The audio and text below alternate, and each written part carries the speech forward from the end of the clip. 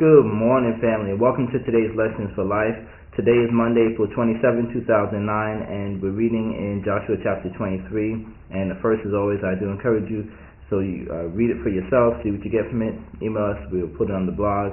But we see here in the chapter that Joshua has gotten up there in age. It says a long time after they've gotten rest from going and fighting to possess the land, and he's really preparing for his departure from this earth. So he's speaking to the people.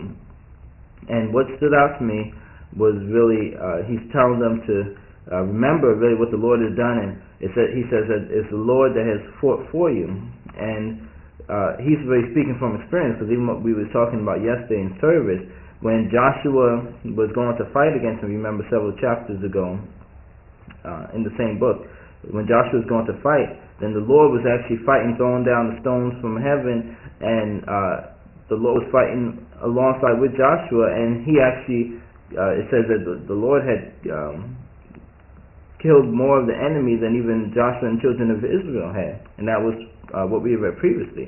So he's really speaking from experience, and he's just reminding the people here that it wasn't by their strength or by their own power that he did, but because the Lord and them were in partnership, they had a connection, they were working together, then they were able to accomplish all these different things. So he's reminding the people to remember this, and that's one thing we need to remember, even to be successful in this life. Just remember our connection with the Lord and that partnership that we have, as long as we maintain a relationship. And even as he says in this chapter, what do you need to do? You need to take heed and remember to love the Lord your God, and also to walk according to his law, keep his law, keep his commandments. And that's how you really show that you love the Lord, by keeping the commandments, keeping the different things that the Lord wants for you to do in your life.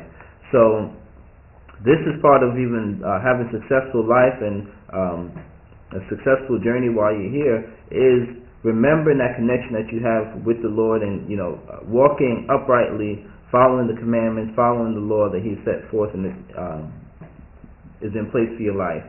So Joshua is reminding the people, and this is what we can definitely pull from this chapter and use as the lessons for life, a lesson for successful living, of remembering our connection with the Lord. And when we do that, then actually our battles will not just be fought by us alone, but it'll be us and the Lord. And as we see even the Lord with Joshua, he'll take care of the majority of the problems that we are faced with on a daily basis anyway.